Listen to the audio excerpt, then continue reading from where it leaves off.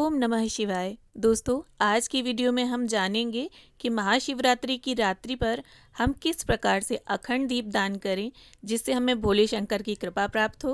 तो देखिए, इस अखंड दीप दान को आप मंदिर में भी दान कर सकते हैं और या जहाँ पर भी आपने पूजन किया है महाशिवरात्रि के दिन, वहाँ पर भी आप इस दीपक का दान कर सकते हैं। यहाँ पर मैंने मिट्टी का दिया इस्तेमाल किया है। आपके पास अगर अन्य धातु का दिया है, जैसे चांदी का, सोने का या पीतल का, तो आप उसे भी ले सकते हैं। बस दीपक इतना बड़ा होना चाहिए कि पूरी रात्रि जल सके। और इसके बाद सवा मुट्ठी हमें चावल ले लेने हैं और चावलों का आप ध्यान रखें, टूटे बिल्कुल नहीं होने चाहिए। और इन्हीं चावलों के ऊपर हम अपने दीपक की स्थापना कर लेंगे।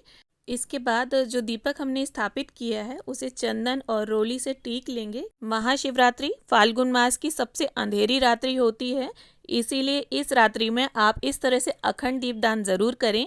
वैसे तो महाशिवरात्रि पर 4 पहर की पूजा का विधान है, लेकिन जो रात्रि का जागरण है वो कई कारणों से संभव नहीं हो पाता है। तो इस तरह से अगर आप अपने नाम से एक अखंड दीप का दान कर देते हैं तो ये आपके नाम से पूरी रात्रि जलता रहता है और आपको एक विशेष पुण्य फल की प्राप्ति होती है।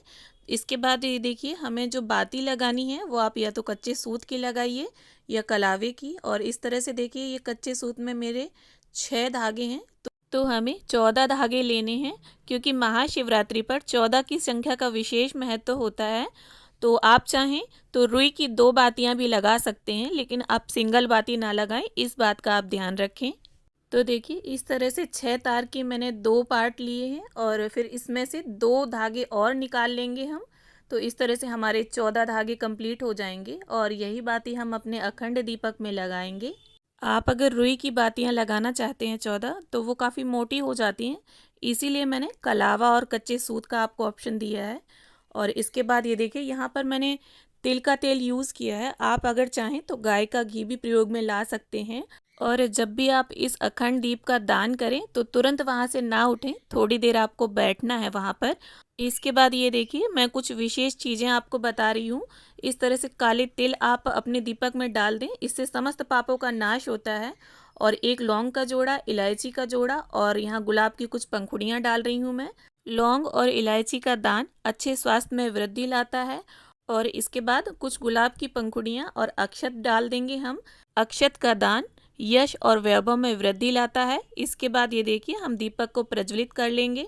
और जैसा कि मैंने बताया, अखंड दीपदान के बाद तुरंत आपको उठना नहीं है, थोड़ी देर बैठना है। और उस दौरान आप चाहें तो महामृत्युंजय का जप कर सकते हैं या शिव पुराण पढ़ सकते हैं या सुन सकते हैं, या आप रुद्राक्ष की माला से ओम नमः शिवाय का जप भी कर सकते हैं। ये देखिए, इस तरह से फूल सभी को हम समर्पित करते हुए कुछ भोग प्रसाद भी रख देंगे। जो भी ऋतु फल हो आपके पास, वो भोग प्रसाद जरूर रख दें आप। यहाँ मैं बेर का और अंगूर और केले का भोग रख रही हूँ। और भोग समर्पित करने के बाद अब हम कपूर आरती कर लेंगे। चूँकि भगवान शिव शंकर को कपूर अत्यंत प्रिय है, इसलिए मैं यहाँ पर कपूर आरती कर रही हूँ। आप चाहें तो नॉर्मल बाती से भी आप आरती कर सकते हैं। आशा है वीडियो आप सभी को पसंद आया होगा। वीडियो अच्छा लगा हो तो लाइक शेयर करें, चैनल को सब्सक्राइब कर लें